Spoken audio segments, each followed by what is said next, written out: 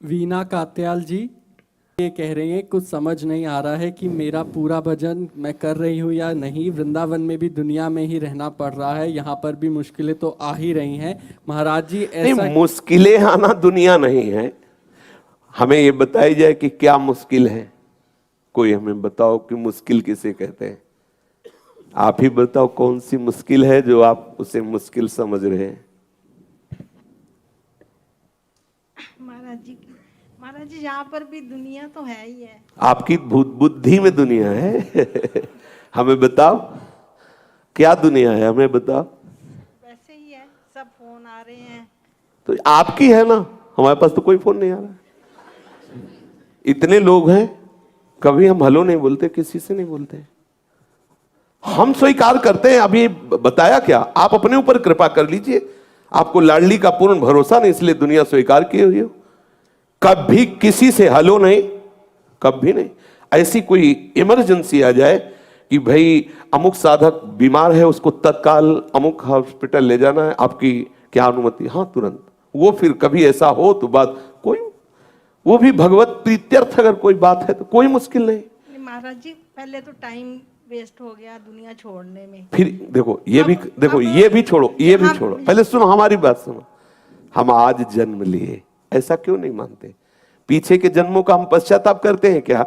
तो गुरु के जब से शरणागत हुए या जब से होश संभाल ले, जिस मिनट से संभाल ले। श्री जी के लिए ऐसा कोई नियम है क्या कि 50 वर्ष साधना करने पर श्री जी मिलेंगे? आज तक कहीं ऐसा पाया गया हो तो हमें बताना। अभी इसी क्षण मिल जाएंगे, इसी क्षण।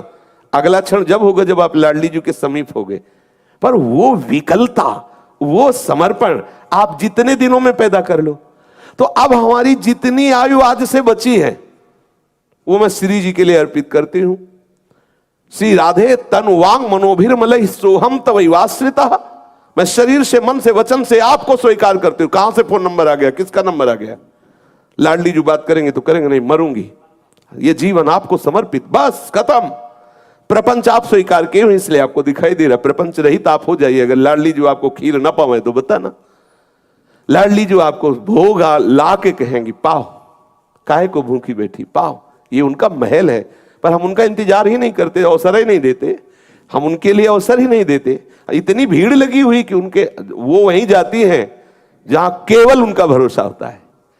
ये सब हटाओ। प्रपंच आपकी बुद्धि में है, कहीं और प्रपंच नहीं है, पक्का समझ लीजिए। जो वो आपको सामर्थ्य दिए हैं उस पुरुषार्थ को शास्त्र और गुरु आज्ञा से आप खर्च करने लगो, अभी आप भगवत प्राप्ति की तरफ बढ़ जाओगे। पुरुषार्थ को जगत में वासनाओं में खर्चा करते हो, इसलिए उपासना नहीं बन रही, इसलिए तुम्हें दुनियादारी नजर आ रही। दुनियादारी है कहां?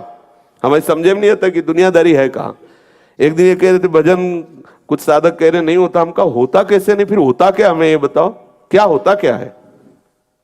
अरे भाई हमारा कोई है नहीं, प्रियालाल के सिवा हमारा कोई कर्तव्य नहीं बचा। तो अब हो क्या रहा है, हमें ये बताया जाए कि क्या हो रहा है। भाई हमारा मन जाएगा तो कहां जाएगा बताओ? उसके लिए रास्ता क्या रखा है? जो रास्ते हैं उनको बंद करो। भाई अगर कोई संसार का प्राणी संसार में रत है उसकी तो वार्ता नहीं, लेकिन जो परमार्थ में प्रवेश पा रहा है, जो भगवत मार्ग का पथिक है, अब उसका मन जाएगा तो कहां? हमें बताया जाए कि कहां जाएगा। अगर वो कहीं किसी व्यक्ति वस्तु स्थान में जा रहा है तो आपकी गलती है ना, आपने उससे अपनापन क्यों किया? जब तक तार नहीं होंगे बिजली आने वाली नहीं, पक्का समझ लो। अनुकूलता प्रतिकूलता राग द्वेष, इन दोनों तारों को भ्रष्ट कर दो, बिजली आना बंद हो जाएगी। माया की आनंद ही आनंद रहेगा। अब दोनों तार हर जगह कनेक्शन फैलाए हो, बोले बहुत बुरा लग रहा है, बहुत अच्छा लग रहा है। तो दुनिया में हो, दुनिया तुम ही तो कनेक्शन फैलाओ। तुम कनेक्शन काट दो, अभी खत्म हो गया। अभी यहां से कनेक्शन काट दो, बिजली है नहीं, केवल तार फैले नजर आएंगे। कनेक्शन तो आप जुड़े हुए हैं। अब ये कनेक्शन तुम्हारा श्री जी से जुड़ा है, संसार से तुम देखो। अगर संसार से जुड़ा है तो राधा वल्लभ जी के मंदिर में बैठे हुए संसार में रहोगे, और अगर संसार में नहीं जुड़ा तो शौचालय में बैठे हुए भी राधा वल्लभ जी में रहोगे। पक्का बात है, करके देख लो। तो ये है। ज्योति सुखीजा जी हनुमानगढ़ राजस्थान से। गुरुजी, बुद्धि ने 3 महापुरुषों के प्रति अपराध बना दिया है। डर लग रहा है कि जो थोड़ा बहुत भजन श्री जी की कृपा से होता है वह भी ना रुक जाए। गुरुदेव कृपा कीजिए। देखो, किसी के प्रति हमारी बुद्धि जो दोष भाव करती है, हम क्यों करें? मेरे प्रभु का लीला विलास हो रहा है, तेरे भावे जो करे भलो बुरो संसार, नारायण तू बैठ के अपनो भुवन बुहार। एक चीज समझ लो कि शुद्ध स्वर्ण का कोई आकार नहीं दिया जा सकता, समझना। बिल्कुल प्योर सोना हो और जौहरी के पास ले जाओ, स्वर्णकार के पास ले जाओ और कह दो इसका बाला झाला बना दो, उसमें मिलावट करेगा। बिना मिलावट के वो आकार नहीं धारण कर सकता। ऐसे ही शुद्ध ब्रह्म ने अपने आप में मिलावट त्रिगुण की है, रजोगुण की, सतोगुण की, तमोगुण की। उस मिलावट से आकार ये बना है। अब मिलावट वाला हिस्सा तुम हटा दो तो शुद्ध ब्रह्म का अनुभव हो जाए। जो कसौटी पे कसा जाता है ना तो शुद्ध सोना निकलता है, मिलावट हटा। बोले तुम्हारे 100 ग्राम में इतनी मिलावट थी, मिलावट करना ही पड़ेगा। तो मिलावट है जड़ चेतन गुण दोष में विश्व कीन करतार, संत हंस गुण गाय पे परिहरिवार विकार। हमें दोषों की तरफ दृष्टि डालनी ही नहीं है, क्योंकि वो मिलावट से बना है। कोई भी हो, कहीं भी हो, कैसा भी हो। अगर उसमें भी होता ना कि इसमें 20, इसमें 21, इसमें 17, इसमें 18 सोना और मिलावट होता है ना, ऐसे ही सब ये मिलावट है, शुद्ध नहीं है। शुद्ध जब होगा तो ये वो आकार नहीं होगा, समझना। शुद्ध में आकार नहीं होता, ये नहीं होता ये आकार जो देख रहे हो। अब जैसे सोने की थपिया है, शुद्ध है। अब उसके कंगन बनाना है तो उसमें विकार मिलाना पड़ेगा, मिलावट करनी पड़ेगी, तभी वो कंगन रूप होगा। ये जो आप देख रहे हो ना, जितना भी रूप, इसमें त्रिगुण की मिलावट है। हम त्रिगुण की मिलावट पर दृष्टि न डालें, अगर दृष्टि डालेंगे तो सब में मिलावट है। ये पांच भौतिक रचना है, 3 गुणों से प्रेरित अंतःकरण है। कभी सात्विक वृत्ति, कभी राजसिक वृत्ति, कभी तामसिक वृत्ति। ये बड़े बड़े महापुरुषों में भी देखी जाती है। बात करते करते आवेश में आए तो क्या उनको ब्रह्म बोध नहीं है? क्या उनको ये बोध नहीं कि सामने ब्रह्म स्वरूप ही है? लेकिन तमोगुण की अंतःकरण में स्वाभाविक प्रवृत्ति होने के कारण हुक्का भी पी, रामकृष्ण परमहंस जी हुक्का पी रहे। रजोगुण की वृत्ति, समोसा चटनी लाओ, वहीं पाया गया। बड़े सिद्ध महापुरुष, परमहंस, साक्षात भगवत स्वरूप। क्या है ये? बिना, और जब विवेकानंद जी ने कहा कि सत्संग के बीच में जब आप मांगते हो तो अगर आप एकांत में ऐसा, तो उन्होंने कहा बच्चा जिस दिन ना मांगो तो जान लेना मिलावट खत्म हो जाएगी, शरीर छूट जाएगा। जिस दिन हम ना मांगे ना तो जान लेना शरीर छूट जाएगा। जानबूझ के इस आकार को रखने के लिए रजोगुण की मिलावट चाहिए, सच्ची मानना। अगर रजोगुण की मिलावट ना हो तो ये चल नहीं है, जो हिल डुल रहा है ना, नहीं हिल डुल पाएगा। शुद्ध सच्चिदानंद होते ये बेकार हो जाएगा, किसी काम का नहीं रहेगा। शुद्ध सात्विक सच्चिदानंद स्वरूप में ये सब नहीं है। वो पागल बना पड़ा है। तुम्हारा अगर यंत्र काम कर रहा हो तो समझ जाओ, समझ जाओ, समझाने वाला नहीं। इसलिए भाई किसी के प्रति भी उपासक को दोष दृष्टि नहीं करनी। क्यों नहीं करनी? क्योंकि तुम भी उसी मिलावट से हो। अगर वो अंश तुम्हारे अंदर मिलावट का नहीं तो कहीं दोष दिखाई नहीं देगा, शुद्ध ब्रह्म दिखाई देगा। अगर कहीं अशुद्धता है तो तुम्हारी दृष्टि में भी है। जब सब मिलावट ही से है तो चुपचाप शुद्ध की तरफ चलो, काहे को मिलावट की तरफ देखो? तो हमारा अपराध ही नहीं बनेगा। हम सबसे नीचे अपने को समझे या सब में शुद्ध भगवत स्वरूप का अनुभव करें तो कहीं कोई दोष बनने वाला नहीं। और अगर ऐसी वृत्ति रखेंगे तो 3 से क्या रोज होते रहेंगे। भाई किसी न किसी में कुछ न कुछ ऐसी होती है चेष्टा जिससे हम स्तुति करते हैं, कुछ ऐसी चेष्टा होती कि हम निंदा करते हैं। होती सब में, होती सब में। अगर आप अपने यंत्र से झांक कर देखोगे ना तो ये 2 ही चीजें पकड़ेगा। और जो उपासक होता है उस यंत्र को ही खत्म कर देता है। सुनो तात मायाकृत गुण और दोष अनेक, गुण या उभय न देखी और देखी सो अविवेक। वो अविवेक यंत्र को ही खत्म कर दिया, शुद्ध ज्ञान प्रकट हो गया। क्या? वो तत्व दर्शन करता है, तभी आप बच सकते हैं। हमें क्या लेना देना, तेरे भावे जो करे भलो बुरो संसार, नारायण तू बैठ के अपनो भो। बुरा जो देखन मैं चला, बुरा न मिलिया कोई, जो दिल खोजो आपनो तो हमसे बुरा न, क्योंकि हम ही हैं। तभी ये बात है, समझ रहे ना। अपराध की क्षमा मांगने की जरूरत नहीं, सुधार कर लो सब क्षमा हो गया। सुधार ना करोगे तो 3 के लिए क्षमा मांगोगे, 13 का फिर संकल्प बन जाएगा। ये है, ऐसे ही चलता रहता है जी। संगीता चौधरी जी हापुड़ से जय जय राधा वल्लभ श्री हरिवंश। गुरुदेव के चरणों में कोटि कोटि प्रणाम। मेरे प्यारे सदगुरुदेव भगवान, मेरी दीक्षा हो चुकी है, क्या मैं गुरु बदल सकती हूँ? कारण क्योंकि मैं जिस पथ पर चलना चाहती हूँ, मुझे गुरुदेव से वो पथ नहीं मिल रहा है, कृपया मार्गदर्शन करें। बदलने की जरूरत क्या है? गुरु कोई वस्तु थोड़ी है बाहरी की है, किया ये बदल दिया। गुरु होता है भावना का समर्पण हो जाना। गुरु कोई बाहरी संबंध थोड़ी होता है, जैसे बाहरी संबंध, रिश्ते नातेदार, गुरु का ये संबंध नहीं होता। गुरु का आत्मिक संबंध होता है। हम किसी भी संत की वाणी को स्वीकार करके उससे भावना में मान ले कि हमारे गुरुदेव हैं, बात बन गई। अगर हम बाहरी कंठी तिलक धारण किए और उनकी बात नहीं मान रहे तो हमारे गुरु का भाव पुष्ट करने वाले नहीं बनेंगे। और बात अगर हम मान ली तो माने वो चाहे ना माने कि हमारा शिष्य है, निश्चित उसका कल्याण हो जाएगा। वास्तविक सिद्धांत ये है। तो जैसे आपने कंठी तिलक या किसी से भी गुरु मंत्र ले लिया और आपको ऐसा लगता है कि हम प्रिया प्रीतम की वार्ता सुनकर प्रिया प्रीतम के मार्ग में चले, तो कंठी तिलक उन्हीं का बांधे रहो, वार्ता सुनो और भाव कर लो। गुरु तो सर्वत्र विराजमान तत्व है, उसके रूप बदल सकते हैं। गुरु थोड़ी बदल सकता है, रूप बदल सकते हैं। जैसे हम पहले इस रूप को गुरु माने हुए, अब उनकी उपासना पद्धति से हमारे हृदय में अनुराग बढ़ा और लगा कि प्रिया प्रीतम की बात हम चल, तो अब किसी सहचरी का आश्रय आवश्यक है, तो हम उस रूप में, कि वही गुरुदेव कृपा करके अब इस रूप में हमें लगाए हुए हैं, हम उस सहचरी भाव का आश्रय लेकर उस उपासना में लगते हैं। लेकिन ये भाव कर लेना कि वो गुरुजी है और ये गुरुजी श्रेष्ठ है, तो मार्ग रुक जाएगा, आगे बढ़ेगा नहीं, क्योंकि वही परम तत्व वहां विराजमान है, दूसरा कोई। किसी के प्रति भी अवहेलना का भाव आना अपने भगवत मार्ग को रोक देना है। इसलिए प्रणाम करके हम रस भाव से आगे बढ़ते हैं, तो वही गुरुदेव आगे आके मुझे संभाल लेते हैं। ऐसी बात स्वीकार करके हम आगे बढ़ सकते हैं। लेकिन वो बात स्वीकार कर लेना कि वो उनके पास वो चीज नहीं है, वो वस्तु नहीं है, तो ये बात आते ही हमारा मार्ग रुक जाएगा। क्योंकि पूर्ण परमात्मा तत्व ही वो गुरुदेव रूप में वहां भी उपदेश कर रहे थे। हाँ, रस पद्धति में भेद हो सकता है। जैसे हमें प्रिया प्रीतम की सहचरी भाव की आवश्यकता है, तो जो ब्रह्म ज्ञान का उपदेश कर रहे हैं वो इस रस का उपदेश करने के लिए नहीं है, इसलिए नहीं कर पाएंगे। है वही तत्व, है वही तत्व। अब इस रस का उपदेश करने के लिए जो हमारे हृदय में आकर्षण हुआ, तो हम उस रूप का आश्रय ले लेते हैं।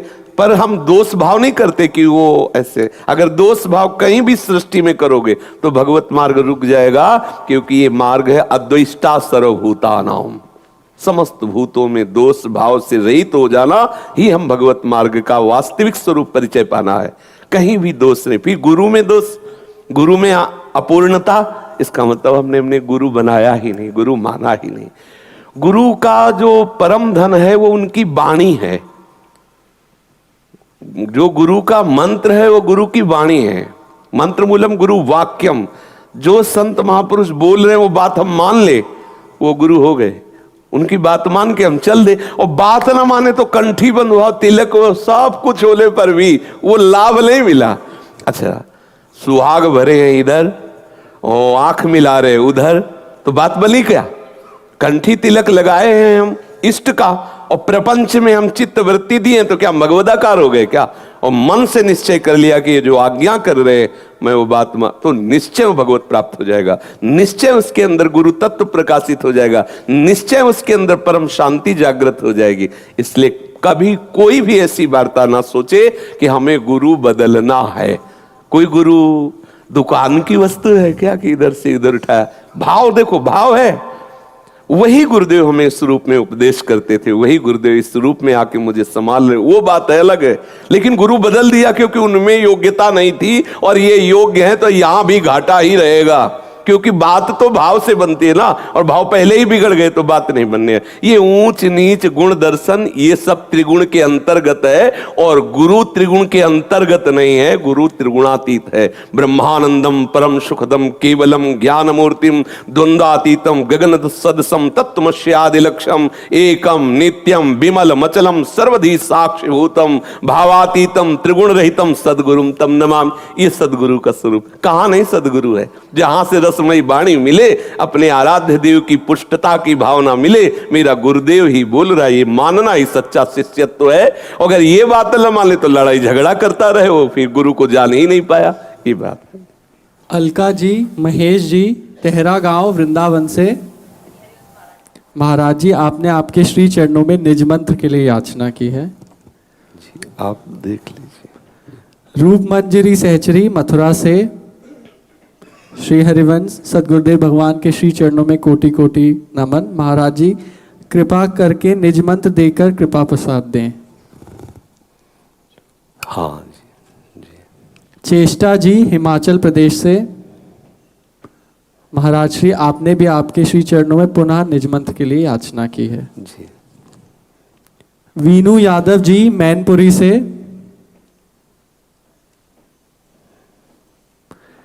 राधे राधे महाराज जी, जय श्री हित हरिवंश। गुरु जी, मैं 1 वर्ष से आपका सत्संग सुन रही हूँ, लहसुन प्याज का सेवन भी नहीं करती हूँ, कृपा करके मुझे शरणागति प्रदान करें।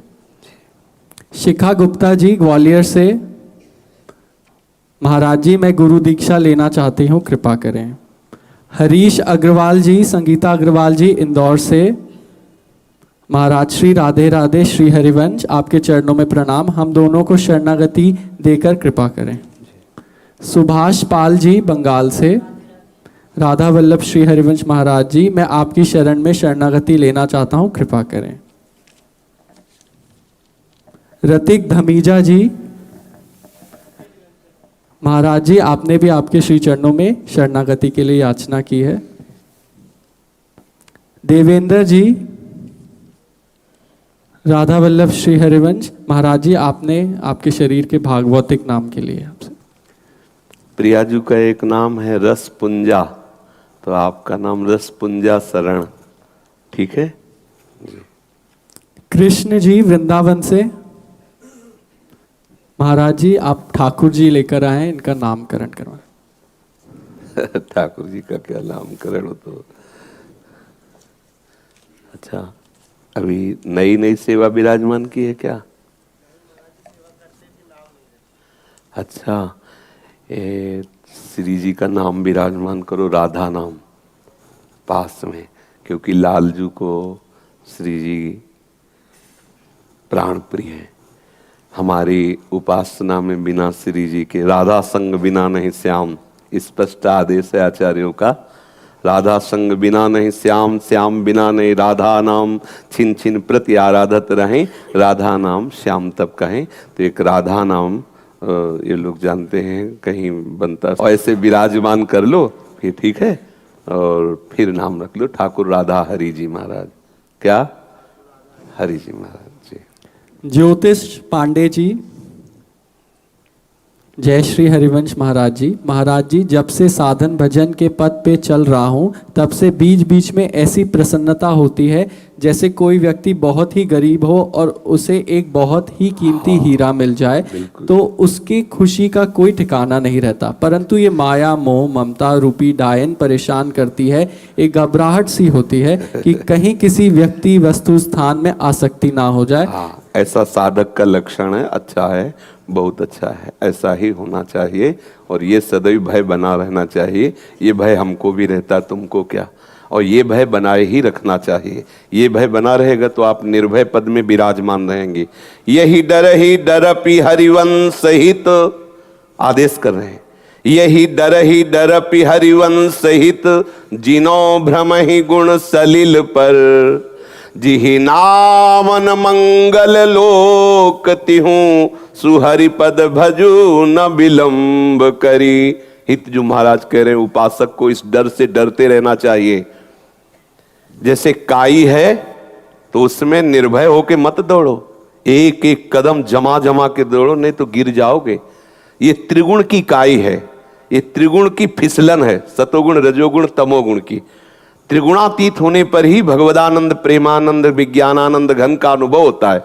और ये त्रिगुण सदैव फिसलाता रहता है जीव को। त्रिगुण की फिसलन से बचना है तो जी नामन मंगल लोक त्यों सुहरि पद भज न विलंब कर। श्री हरि के चरणारविंद का ध्यान और उनके नाम का निरंतर जप, और ये डरते रहना कि कहीं मैं फिसल ना जाऊं, तो कभी नहीं वो फिसलेगा। और जिसको लगता है मेरा माया क्या बिगाड़ सकती है, बस बिगाड़ लिया, इतने में ही बिगाड़ लिया। क्योंकि देहाभिमानी जीव इसी माया के प्रपंच में फंसकर ही बोल रहा है कि मेरा माया क्या बिगाड़ लेगी। और जो माया मुक्त हैं वो ऐसे मुक्त होते हैं, माँ में ये प्रपद्यंते तो माया में तम तरंतिते। फिर ये त्रिगुण उसके ऊपर प्रभाव नहीं डालता, जो त्रिगुणातीत प्रभु श्री हरि के चरणों का आश्रय और निरंतर नाम रटन करते हैं। समझ पा रहे? आगे ये कह रहे हैं, ऐसा लगता है कि अगर ये व्यक्ति जिस पे कोई दुर्घटना हो गई हो भजन कर रहा होता तो भगवान इनको अकाल मृत्यु से बचा लेते। ऐसा साधक दृष्टि से सोचना तो ठीक है, लेकिन प्रेम मार्ग में आगे बढ़ने के लिए ऐसा सोचना ठीक नहीं है। ऐसा सोचना मेरे प्रभु इस रूप में इतनी ही लीला कर ली थी इसलिए ऐसे थे, अब अंतर ध्यान हो गए, दूसरी लीला शुरू हो गई इनकी। हमें उसे व्यक्ति नहीं मानना, हमें उसे भगवत भावना से देखना है कि ये प्रभु इतने ही समय के लिए इस रूप में आए हुए थे, अब और लीला करनी। क्योंकि हमारा अभ्यास संपूर्ण सृष्टि में भगवत स्वरूप दर्शन करने का होना चाहिए।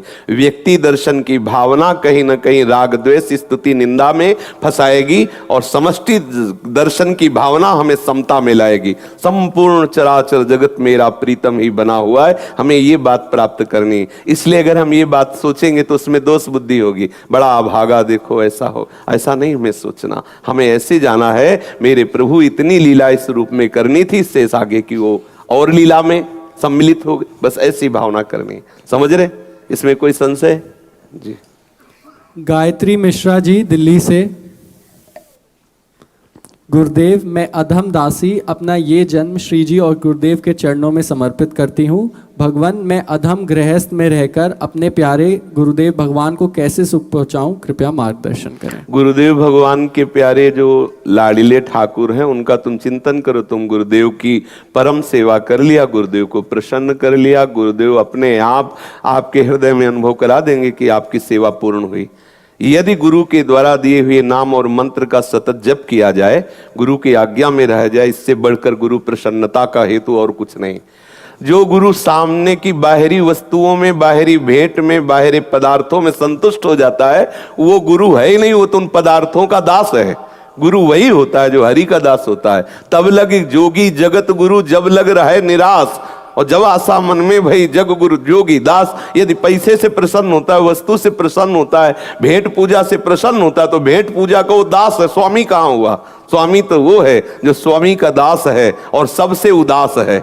समझ रहे? सबसे उदास है, स्वामी का दास है, उसकी प्रसन्नता का हेतु स्वामी है। तो स्वामी के नाम गुण लीला का गायन करो, गुरु प्रसन्न हो जाएगा, साहब अनुकूल हो जाएंगे, साहब अर्थात इष्ट अनुकूल हो जाएगा, गुरु प्रसन्न हो जाएगा। और नाम रूप लीला का चिंतन न करो, नाना प्रकार की भोग वासनाओं की वस्तु देते रहो, सच्चा सदगुरु कभी प्रसन्न नहीं हो सकता। वो प्रसन्न होगा इष्ट के नाम रूप। अगर आप भगवदानंद में मगन है तो गुरु का आशीर्वाद आपके ऊपर जाएगा, और आप नाना प्रकार की विषय सामग्री समर्पित करें और भगवत विमुख आचरण करें, सच्चा गुरु होगा, देखेगा नहीं तुम्हारी तरफ, क्योंकि उन विषय भोग सामग्रियों को तो साधन में आने के पहले ही त्याग चुका है। उनकी प्रीता थोड़ी उसके हृदय में। तुम आए 250 ग्राम बर्फी दी, 2-4 सेव दिए, कुछ रुपया दिए, बोले बड़े भाग्यवान, हमें देखो ये सेवा दे। ये सेवा थोड़ी है, ये तो तुम पिंड छुटा रहे हो। वास्तविक सेवा एक एक श्वास उनकी आज्ञा में अर्पित कर दो, एक एक श्वास में नाम निरंतर रटते हुए उनके बताए हुए सदाचरण का पालन करो, यही गुरु सेवा है। इसी से गुरु प्रसन्न होता है। घर बैठे गुरु की प्रसन्नता प्राप्त कर लो, गुरु के द्वारा दिए हुए नाम को मत भूलो, वस्तु की प्राप्ति हो जाएगी। सबसे बड़ा समर्पण होता है श्वासों का। जिसने श्वासों की कीमती महत्व बुद्धि कर ली कि ये श्वास सबसे बड़ी कीमती, वही सच्चा साधक है। और हाथ उठाए कहत हो, कहा बजाऊं ढोल, श्वासा खाली जात है जब 3 लोक का मूल। ऐसी अमूल्य श्वासों को गुरुदेव को दे दो। क्या दे देना है? गुरुदेव ने जो उपदेश किया, नाम दिया है, उसी को सतत जपो। इससे बड़ी कोई कीमती वस्तु गुरुदेव को भेंट नहीं। समय, श्वास, ये बहुत बड़ी कीमती वस्तु। आपने गुरुदेव की आज्ञा में समय दे दिया, श्वास दे दिया, अर्थात सब कुछ दे दिया। समय और श्वास भोगों में दे रहे हो, कुछ भोग सामग्री दे रहे हो, तो भोगी प्रसन्न हो सकता है, योगी थोड़ी प्रसन्न होगा।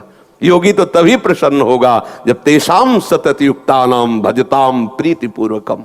जब प्रेम पूर्वक भजन करोगे तो सदगुरु प्रसन्न हो गया। अब क्या, वो अपने स्वरूप की स्थिति तुम्हारी बुद्धि में प्रकाशित कर दिया। ददामि बुद्धि योगम तम येन मामुपयान्ति ते, बुद्धि योग हो गया। गुरु भगवान ही है ना, तो भगवान करे जो सतत मेरा भजन करता है मैं उसकी बुद्धि का योग, अर्थात बुद्धि अब प्राकृतिक स्वभाव वाली नहीं रह गई और भगवदानंद को प्राप्त हो गई। जो मय्ये वो मन आदत्सो में बुद्धि निवेश है, तो निश्चित मय्ये वह तो ऊर्ध्वम न संशया, वो मन बुद्धि भगवदाकार हुई तो आप तो भगवत स्वरूप है ही। खास बात है मन बुद्धि का संसार चिंतन से अलग करके भगवदानंद में लगाना, भगवान नाम में लगाना, भगवत रूप में लगाना। मन मनाव हो, भगवान आदेश करे, मन को भगवदाकार करना है। आप तो भगवत स्वरूप है ही। प्रभु कह रहे ना ममैवांशो, तू तो भगवान का अंश है ही, लेकिन मन को अपना अहम में स्वीकार करने के कारण इंद्रियों के द्वारा विषयों का सेवन करता हुआ तो देहाभिमानी जन्म मृत्यु को प्राप्त हो रहा है। अगर मन को सुधार लो, भजन किसके लिए किया जाता है? स्वरूप को पवित्र करने के लिए नहीं, वो तो परम पवित्र था, है, रहेगा।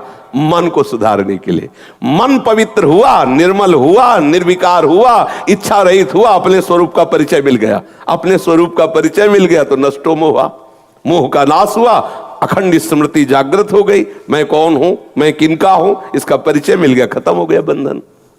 आगे ये प्रश्न कर रही है, गुरुदेव भगवान क्या मायके से मिला अर्थ उपहार ले सकती हो या नहीं, कृपया मार्गदर्शन करें।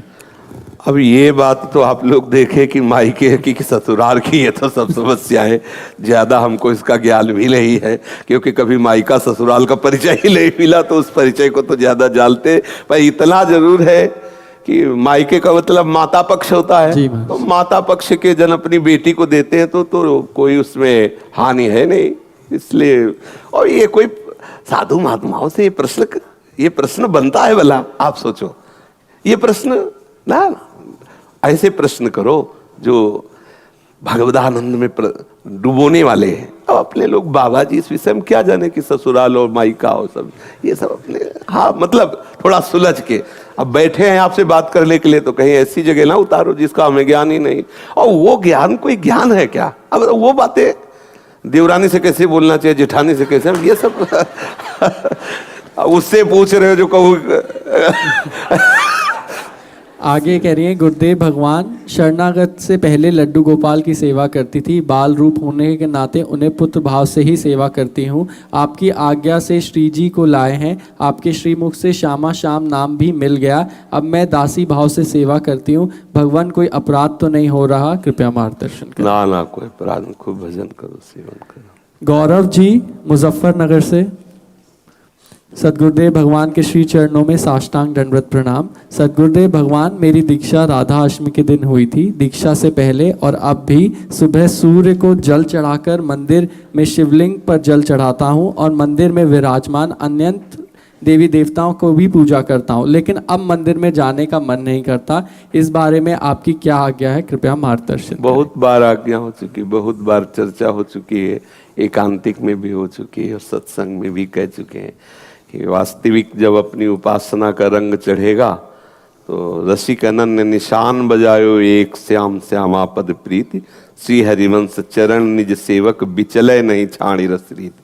जैसे वृक्ष के मूल में जल चढ़ा देने से डाल पत्ते सबको प्राप्त हो जाता है, ऐसे सबके मूल हैं हमारे प्रभु।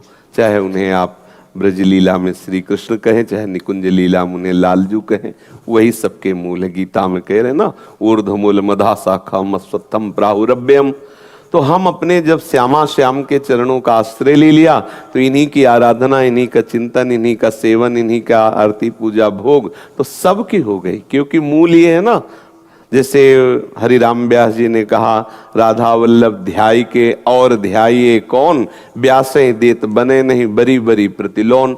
अलग अलग पकौड़ी में नमक नहीं डाला जाता, फेंट में डाल दिया जाता है, सब पकौड़ी में नमक पहुंच जाता है। ऐसे एकमात्र राधा वल्लभ जी की आराधना से संपूर्ण सृष्टि की आराधना हो गई, क्योंकि संपूर्ण सृष्टि के मूल वही है। उनको पहुंच, जैसे दुर्वासा जी जब गए वहां वन में युधिष्ठिर जी का आतिथ्य सत्कार स्वीकार करने, तो भगवान ने एक शीत लिया श्री कृष्णचंद्र जी ने जे ही जिह्वा में रखा तो पूरी सृष्टि तृप्त हो गई।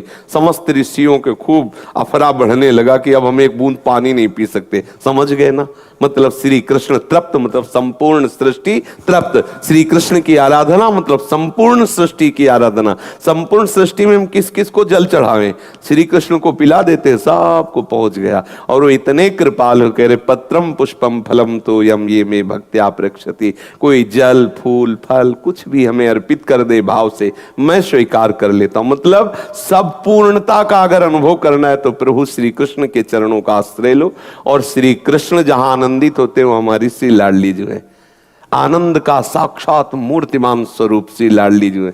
श्री लाडली जी लालजू के हृदय का आह्लाद है, आह्लाद ही मूर्तिमान राधा रूप से। ऐसे हम श्री श्यामा श्याम की आराधना में जुड़ गए तो अब हमको पूर्ण अनन्य हो। हम इसलिए छूट देते रहते हैं कि ये मंत्र उपासना खुद जब रंग लाएगी तो आपको खुद अच्छा नहीं लगेगा, तब आपको जब कहेंगे तो आपको अच्छा लगेगा। अभी हम कहते सब छोड़ दो तो इधर पकड़ नहीं पाए, उधर छोड़ दोगे तो यद्यपि आपको आनंद मिलेगा लेकिन हृदय में ये रहेगा कि अरे सब छोड़वा दिया, हम तो शिव जी को जल चढ़ाते थे, सूर्य को भी चढ़ाते थे।